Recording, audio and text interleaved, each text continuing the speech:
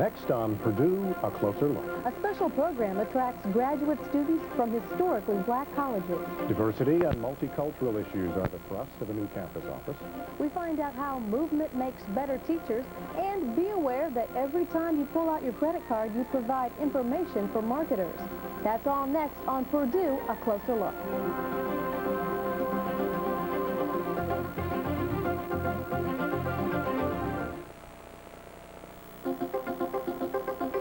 And the three great populations.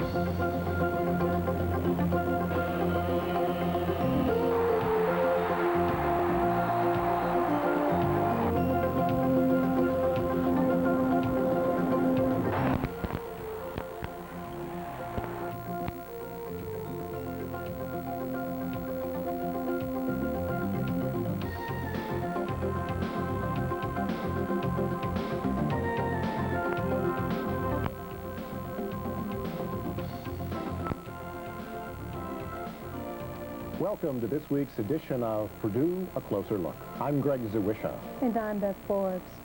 And each week we look at the people, programs, and services at Purdue University. And we'll do just that in the next half hour. First, though, Beth has this wrap-up of some campus news of note. The director of Purdue's Credit Research Center says companies compiling mountains of personal information on consumers are stirring up questions of invasion of privacy. Michael Staten predicts Congress will revise the Fair Credit Reporting Act, but that won't totally alleviate concerns about the privacy of personal information. He says every time you fill out a warranty card, order from a catalog, or pull out your credit card, you're providing information that marketers use to build a customer profile that will help them target you for specific products and help them sell your name to other marketers. Staten says today's online society makes information available to anyone with a computer and a modem, making it harder to keep personal information private. Proposed revisions include provisions for receiving copies of your credit report, toll-free phone numbers for disputing credit report claims, and quick investigation of disputes. Nearly 5,000 Purdue students won't have to wait in lines this spring to sign their loan checks. An electronic funds transfer process will be put into place to authorize certain lenders to send federal Stafford loan funds electronically to Purdue, instead of sending paper checks that are co-issued to Purdue and its students. The Bursar's office will notify participating students when their EFT funds come in through a disbursement advice form. A Lawrenceburg student will assume the office of student body president this spring semester. Kevin Parsons, a senior in the schools of engineering, was elected along with his running mate, Amy Four, a junior in the School of Liberal Arts from Elgin, Illinois. The two will take on the offices of president and vice president when the Purdue student government convenes for its first Senate meeting in January. Purdue has received $4.9 million for use in developing new technologies for commercial electronic and optoelectronic devices, such as transistors, lasers, and detectors for high-speed communications networks. The grants will establish a new Purdue Center for Research in various areas of material science. Purdue has worked to increase the number of minority students going on to graduate school. Dan Skinner tells how in our Purdue Focus segment next. Minority student enrollment in Purdue's graduate school reached a record level this year, in part because of a special program that encourages students from 11 historically black institutions to consider advanced studies at Purdue. And over half of the African-American graduate students are from historically black institutions here at Purdue. So you can see where our pipeline of students is coming from. Every fall since 1988, Purdue has hosted a historically black institution visitation program directed by grad school minority programs coordinator Dwight Lewis that gives prospective students a chance to visit with faculty and students and get a closer look at the Purdue campus. Lewis says 75 students have enrolled at Purdue as a result of their participation in this program. One of those is Spelman College graduate Bornadata Evans, who is now earning her doctorate in biochemistry. The big challenge is to go to graduate school and to go back and teach at a higher institution, because we really need the teachers out there, especially African-American teachers, because even at the historically black institutions, most of our professors are white. We have to be sensitive to the language differences that exist within cultures. Another participant in the program is Southern University graduate Sherry Hamilton, who's working toward her doctorate in special education. I want to become a professor because I think I have something to offer potential teachers, particularly in the, on the topic of multicultural education. And we must realize that there are cultural differences in learning styles as well as cultural differences in behavior. The cooperation between Purdue and the historically black institutions was initiated in large part through efforts by former Purdue Graduate School Dean Robert Ringel. There are a number of other universities in the Big Ten and throughout the country that have modeled their programs after ours. No one campus can do the whole job. When all of us together put our minds to solving this problem, then we will have a reasonable chance to bring more minorities into higher education. Ringel says there's much to be gained by bringing more minority students into graduate school and ultimately more into the ranks of faculty. And so it is very important, not only because it serves the minority student population well, because in the end it will serve higher education well, to bring into our faculty, to bring to our campuses people of different backgrounds and people with different perspectives. We need to recruit minority students so that the percentage of African American professors or African American people who hold advanced degrees will increase. For Purdue University, I'm Dan Skinner.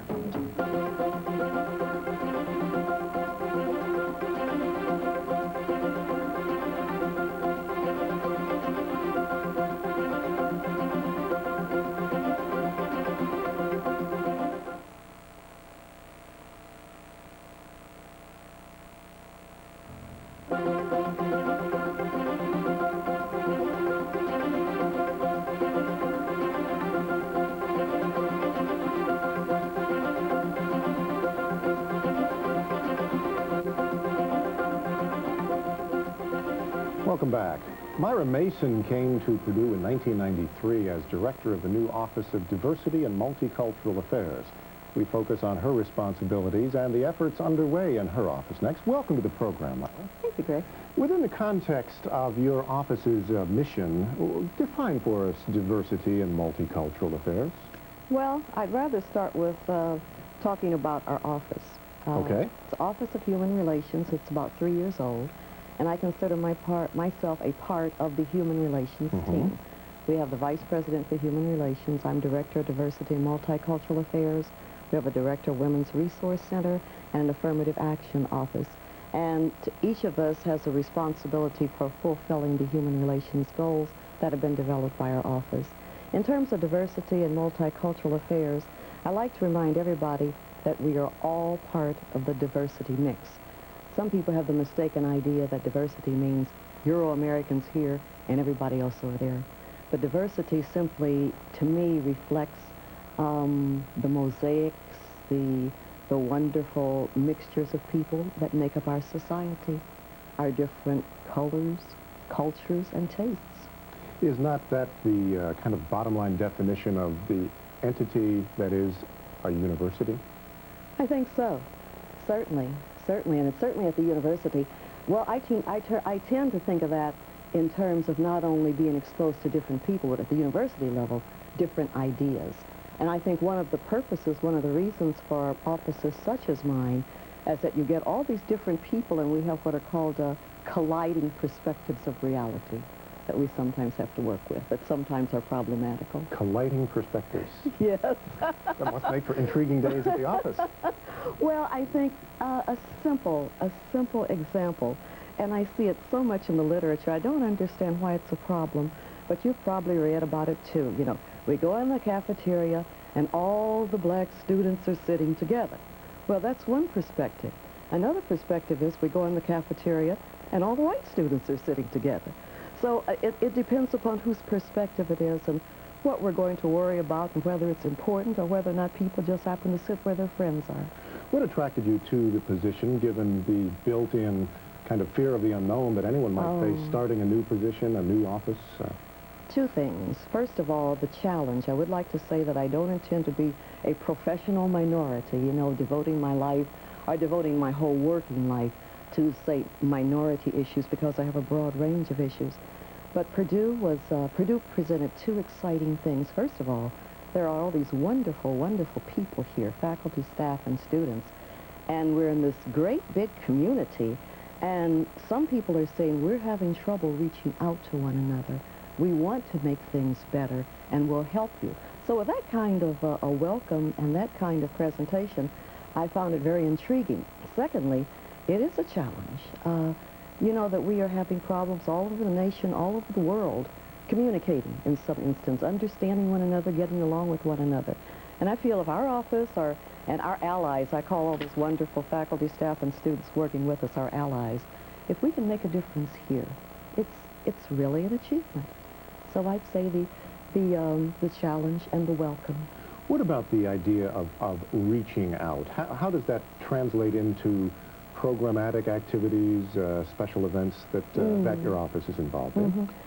Oh, I'll mention a couple. First of all, you know, we just developed the anti-harassment policy back in September. So now we're in the second phase, and that is implementing it.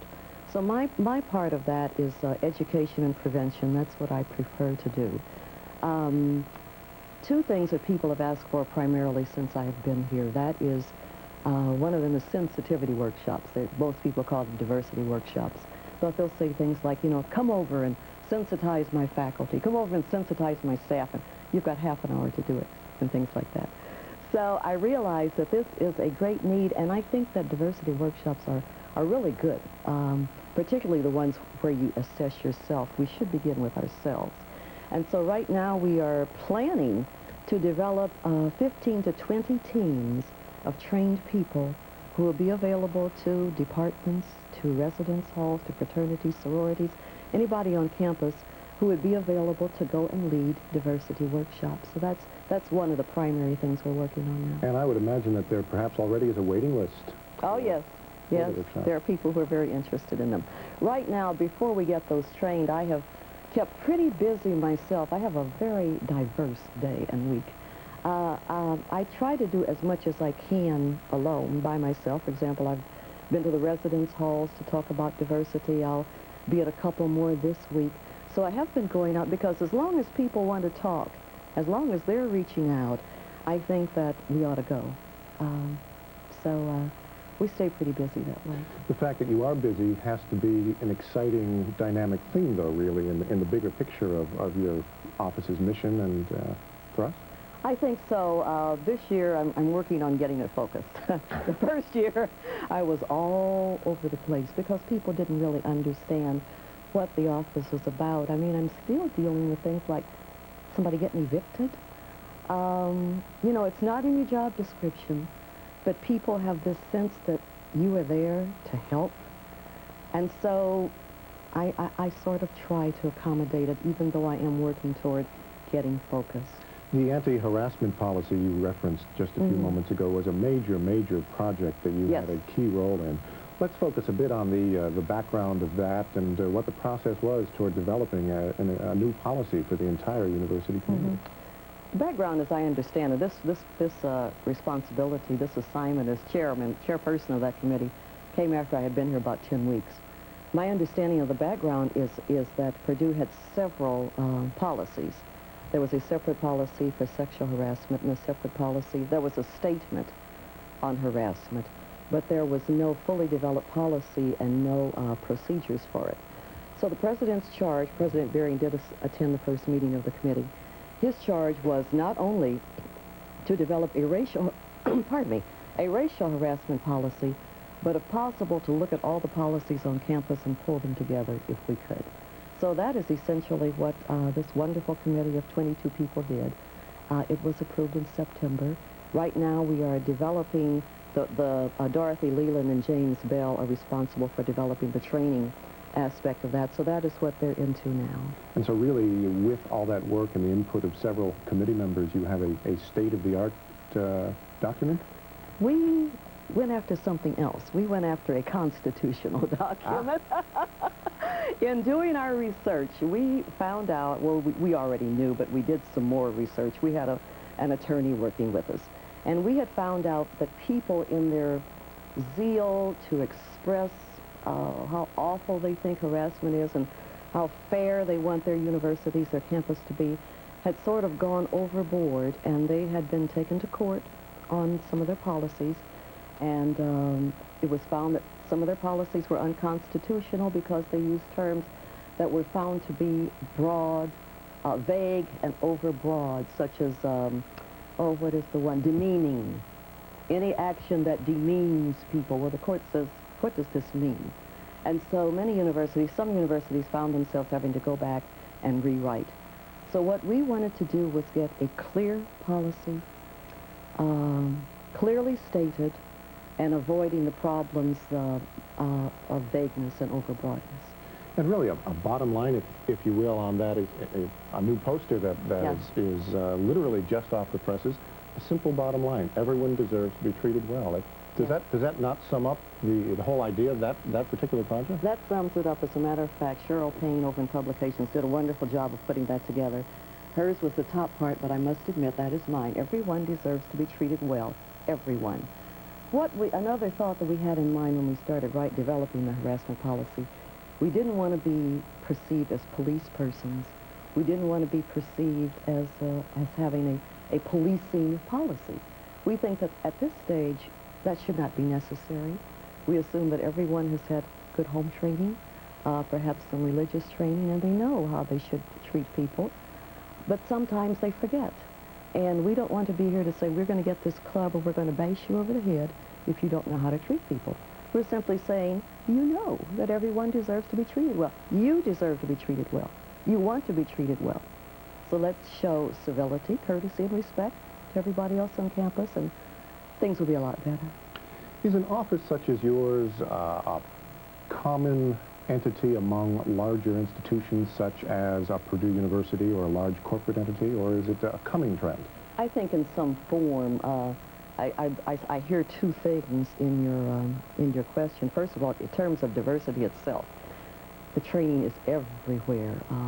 Corporations are into a lot of it. There are many, many films and other kinds of materials that you can use now. So I think now it is on the front burner, and I'd like for us to take advantage of it while the interest is there. In terms of college offices, in some form, our offices have been there, I guess, since the early 70s, following the Civil Rights Movement, when many minority students started to come to colleges, and you had the Black Cultural Centers. I think in those terms, they were mostly minority affairs offices. However, ours has evolved, I think, to a little more fully to involving everybody. We're not just talking minority, we're talking human relations. Because everyone deserves. Because everyone deserves to be treated well. I think I am perceived as a minority office, and that's quite all right, because I want minority students as well to feel that they have a comfortable place that they can come to. But I have many other friends and people who help me as well. Myra, we're about out of time, but if people in our viewing audience or persons on the Purdue campus have questions or concerns that should be directed toward you or your office, what's the address on campus? What's the phone number? It's the American Railway Building. We just moved into that building in April. It's a new name. See, everything is hot off the press with that. That's why it's so exciting. The American Railway Building, 494, excuse me, I'll start with the telephone number, area 317-494-7307. Purdue University, West Lafayette, 47907. Myra, thank you so much for joining us today. Thank you for inviting me. And best of luck as things evolve in the Office of Diversity and Multicultural Affairs. Thank you. Myra Mason is Director of Diversity and Multicultural Affairs here at Purdue. Well, next up, we find out how a movement workshop trains teachers as Don Siebold takes us around Purdue. Did you ever wonder what teachers do on their summer vacation? Well, 25 of them this past summer came to the Lafayette Howard Johnsons to clump and more. He's being hidden. He could have slid down in there and popped his head out between two people. Under the tutelage of performers Paul Rejekis and Neil Intraub, the teachers in the summer workshop, sponsored by Purdue's Department of Convocations, took part in several activities and exercises intended to help them become better teachers. The idea is that if we can, let me think of it, to loosen up the teachers, sort of get them back to why they started this thing in the first place. What inspired them? Why did they want to do such a difficult job? What made them interested in what they wanted to translate to their students? We try to have them play, to get back to that, and then when they get back to their sense of fun, inspiration, we give them some tools they can work with and bring back into their classrooms. Again, we don't know exactly how to translate some of our exercises to a chemistry class or a math unit, but that's like a performance. We're asking the teachers to be our collaborative partner. Everybody has something to say, and everybody is creative, but they don't know it. So we try to go in and help people to find the creativity within themselves. And some people will say, oh, I'm not a dancer, I'm not graceful, but that's okay. And what we've discovered is that you can use a natural awkwardness to your advantage. If you move awkwardly, boy, you can use that in performance. You can use it to your advantage. So the point is not to think negatively, to just go in there and think, how can I dig deep and sort of bring out a real creative aspect of myself. And as you say, it is the whole body. It's through words, it's through the way we move, through gestures, through body language. And we explore all that in our workshops. In addition to becoming more aware of their own bodies, learning the value and necessity of listening and cooperating, the teachers were asked to explore their own past and find ways to reveal themselves to others. Well, we try to create an environment that's nurturing so that people who come into the workshop aren't afraid to dig deep, to go back into their past and come up with a moment of closeness or a nightmare that happened to them as a child, and to see how we can work with that raw material and create a piece out of it, to get to the kernel of that moment, that intimate moment, and to share it with an audience.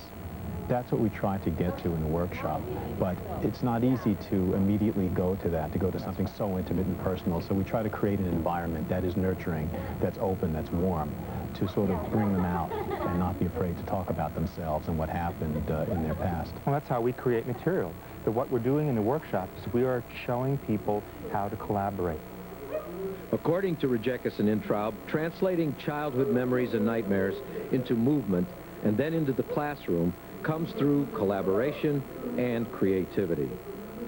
Let's say that children won't be writing about their childhood nightmares or dreams, but what the teachers can bring back is a different way of collaborating with their students on projects. So instead of going by the book, maybe they'll use their own instincts, their own creativity, and encourage the students to use their own intuition and creativity to express their ideas and feelings. We're trying to kind of shake things up, break the mold a little bit, so that the teachers are inspired to walk back into their class and shake up their students. Make them think on their feet, which is sort of a good skill to learn for life. Right, it's like we want the teachers to glean from what we do in our workshops and bring it back to the classroom through their own filter, because we're not teachers per se. So we want them to take our techniques and see how they can translate it to the classroom. Collaboration, cooperation, concentration, commitment. Rejekis and Intraub make these words extraordinarily palpable through movement and make the creative process a potential reality for every classroom.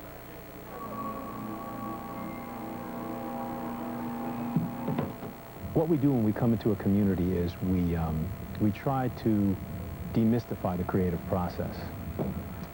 We want people in the community to be interested in coming to the theater. So we go into the classroom, we work with teachers, and we demystify what we do. We break it down into the fundamentals so that taking nothing for granted, concentration is extraordinarily important in what we do. So is cooperation, so is commitment.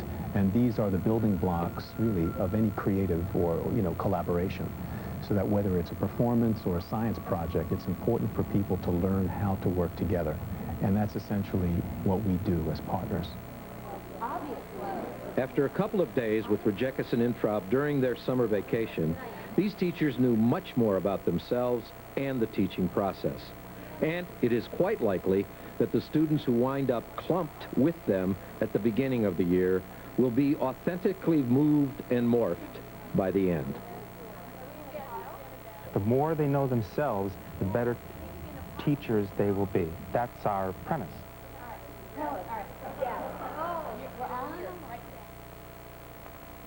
And that's all for this edition of Purdue, A Closer Look.